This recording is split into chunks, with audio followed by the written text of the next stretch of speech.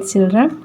So in the last class we started a new chapter and discussed a very good information about maps, different types of maps, and what are they, how they are representing the land, the earth. Okay, so today we are continuing the lesson. In this class we will discuss the three important components of maps. There are three types of components of these maps. They are distance, direction, and symbol. Okay, with the help of these components, we can read the map very easily. That means understand the information given on a map very easily. They are very essential also. Then only we will use. Then only we could use this map very effectively. Okay, so let us start one by one. So here you can see the political map of the world. That means actually the size and shape of the land masses and water bodies are not such on this map. Actually they are not really there. Okay. So the distance or the area of each and every land features or landmass or water body, whatever it may be, we have to reduce its size. That should be fit on a sheet of paper. Then only we can make a map. Okay, or we can say maps are drawn to reduce the scales. But this reduction is done very carefully so that the distance between the places is real. നമുക്കറിയാം, നമുക്കിപ്പം ഒരു മാപ്പിൽ ഇപ്പോൾ ഈ world മാപ്പിൽ തന്നെ നമുക്ക് എടുത്ത് നോക്കിക്കഴിഞ്ഞാൽ ഒരുപാട് രാജ്യങ്ങളും കുറേ സ്ഥലങ്ങളും കുറേ water bodies, that means oceans, സീസ്, ഇതെല്ലാം കാണാൻ പറ്റും, ഐലൻഡ്സ്, ഇതെല്ലാം. പക്ഷേ ആക്ച്വലി എർത്ത് സർഫസിൽ ഇതിൻ്റെയൊക്കെ നീളം അല്ലെങ്കിൽ ദൂരം, സൈസ്, ഷേപ്പ് ഇതെല്ലാം ഒരുപോലെയാണോ? ആക്ച്വൽ സൈസും ഷേപ്പും എല്ലാം ഇതാണോ? No, it is much bigger than this map, അല്ലേ?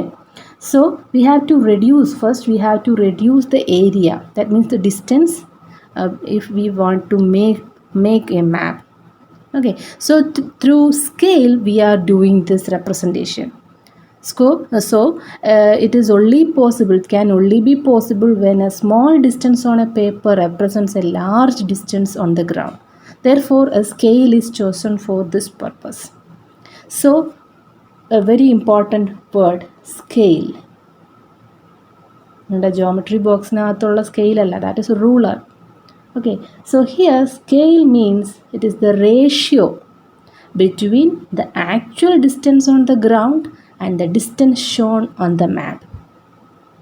Okay, so almost all the maps have the scale shown on it.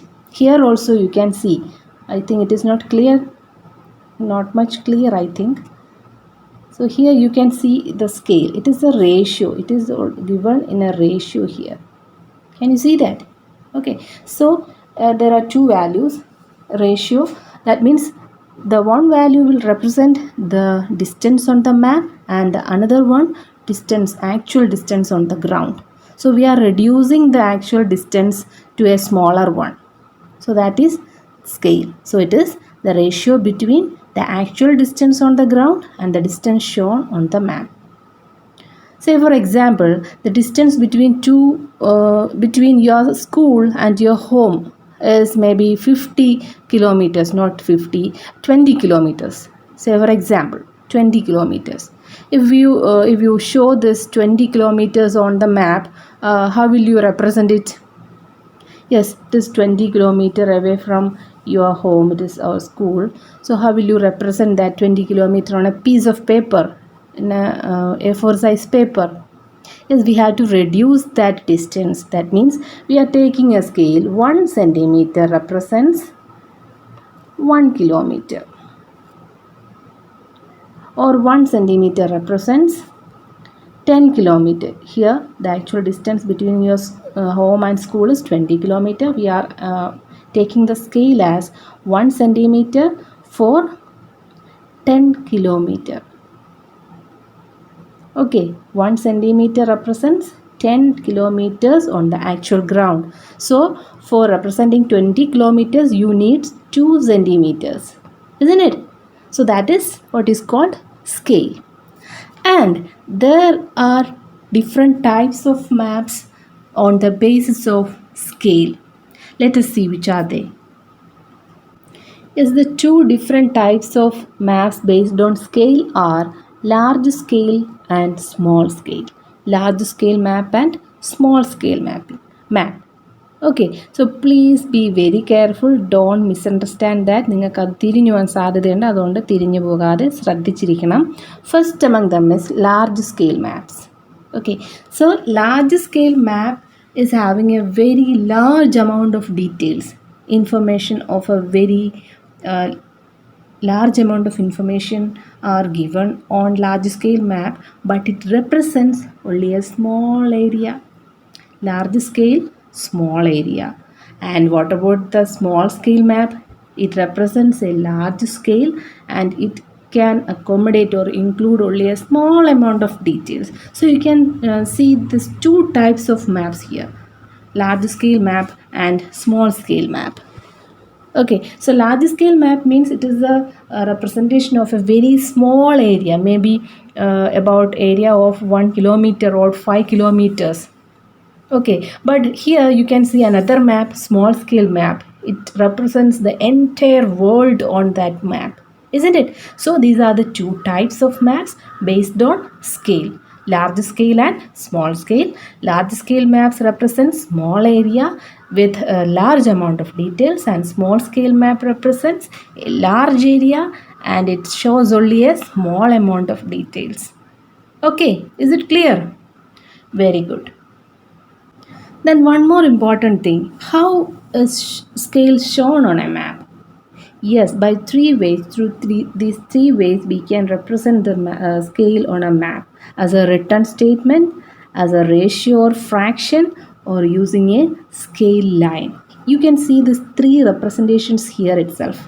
Here, first one as a written statement. Here 4 centimeters represents 1 kilometer, that is the scale, maybe written like that on the map.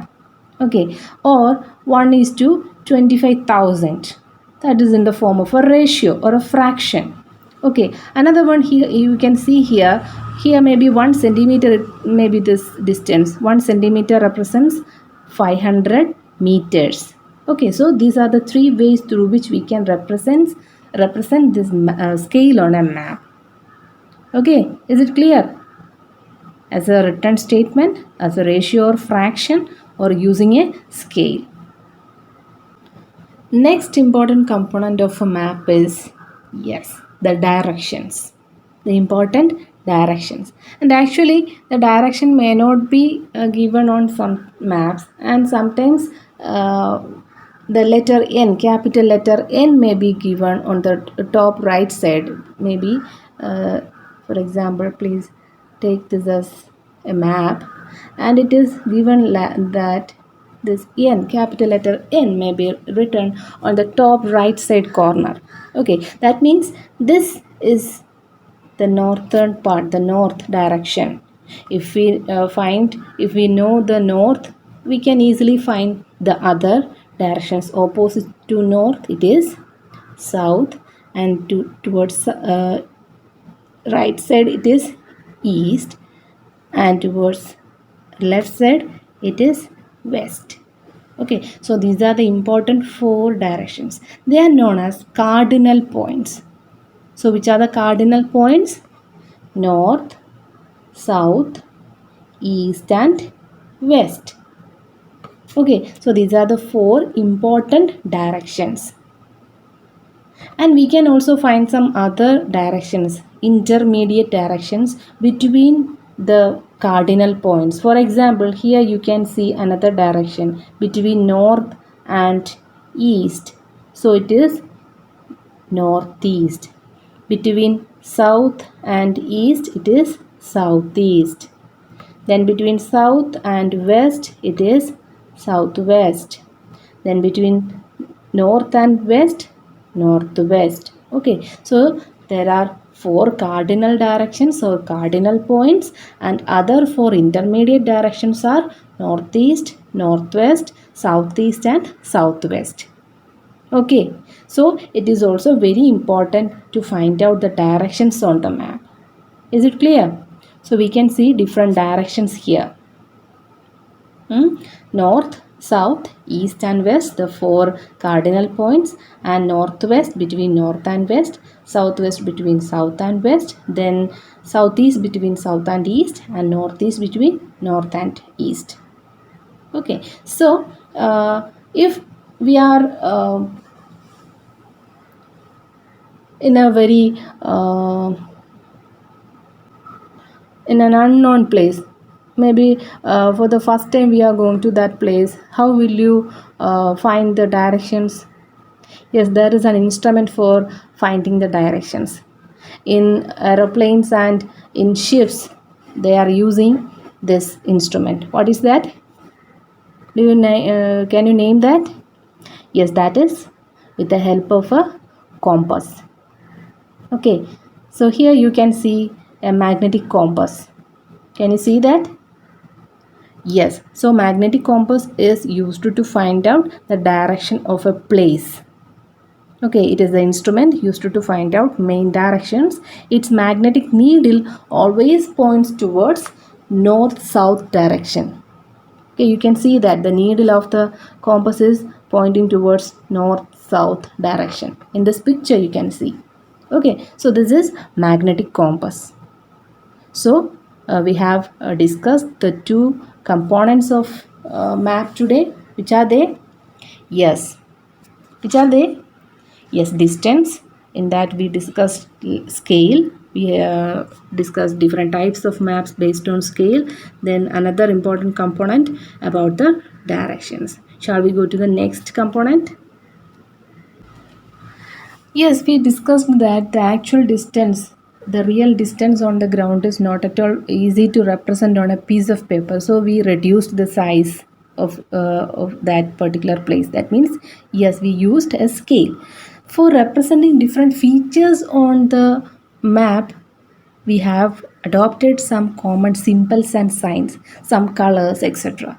So it is to represent the different features such as buildings, roads, bridges, trees, railway lines, wells, all these. Then sometimes this institutions like post office, police station, then temples, then church, mosque, all these things we can represent on a map. So with the help of these signs and symbols, we are doing this with the help of symbols and signs.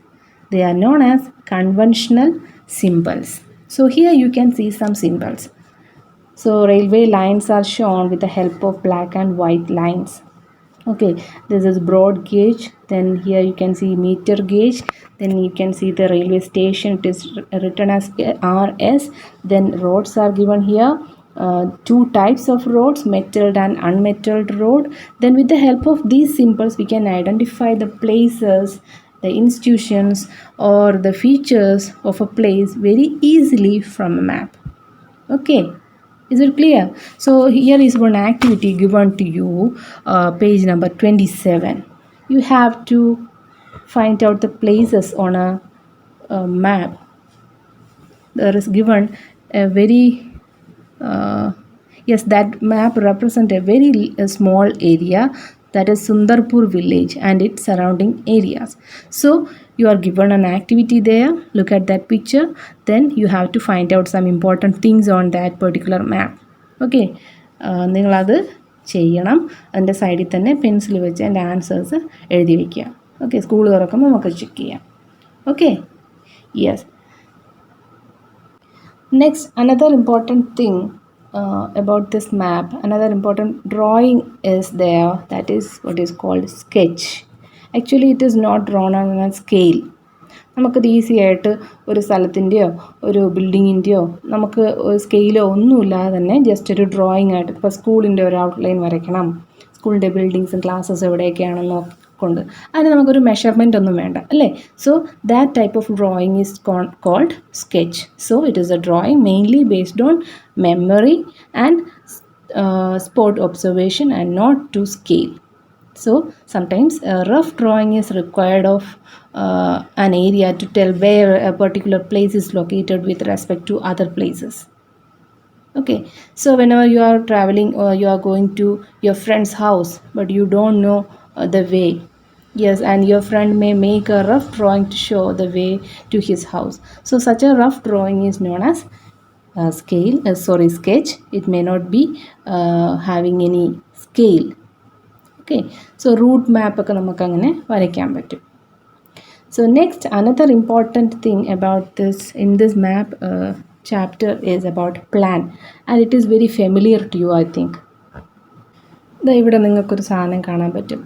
ഇതിനാണ് നമ്മൾ plan എന്ന് പറയുന്നത്. Okay, plan മിക്കവാറും നമ്മൾ വീടൊക്കെ വയ്ക്കാൻ നേരത്ത് plan അനുസരിച്ചിട്ടാണ് വയ്ക്കുന്നത്, ഇല്ലേ? ഒരു എഞ്ചിനീയറെയോ അല്ലെങ്കിൽ ഒരു ആർക്കിടെക്റ്റിനെയോ പോയി കണ്ട് നമ്മൾ ഇത്ര ഏരിയ വേണം, ഇത്ര ബെഡ്റൂം വേണം, ഇത്രയാണ് നമ്മുടെ കയ്യിലുള്ള പൈസ അല്ലെങ്കിൽ ബഡ്ജറ്റ് എന്നൊക്കെ പറയുമ്പോൾ അവരൊരു പ്ലാൻ തരും, ഇല്ലേ? So it is a drawing of a small area on a large scale. So you can see that plan here. Okay, so it is also using this scale. You can see it is written here, the scale of that particular plan. That means a very small area is represented here.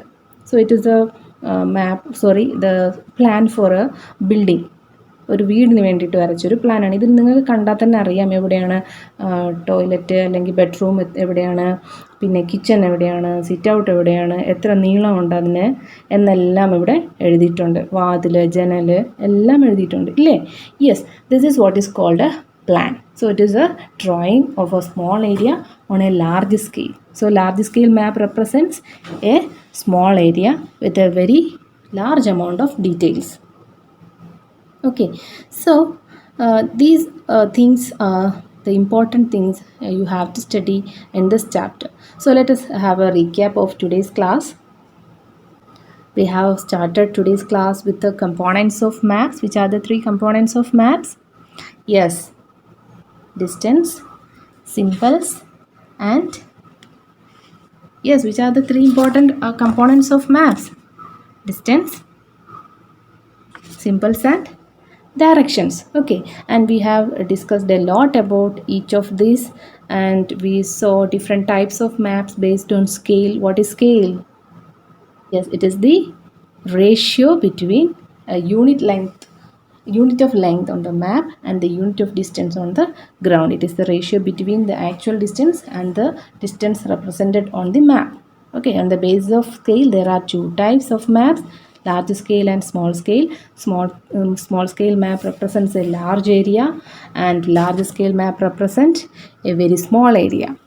Okay, and we have discussed another two important things, yes, about sketch and plan. Okay, so I am winding here today's class, winding up here. So please go through the textbook. I will send you the notes of this chapter today itself to the WhatsApp group.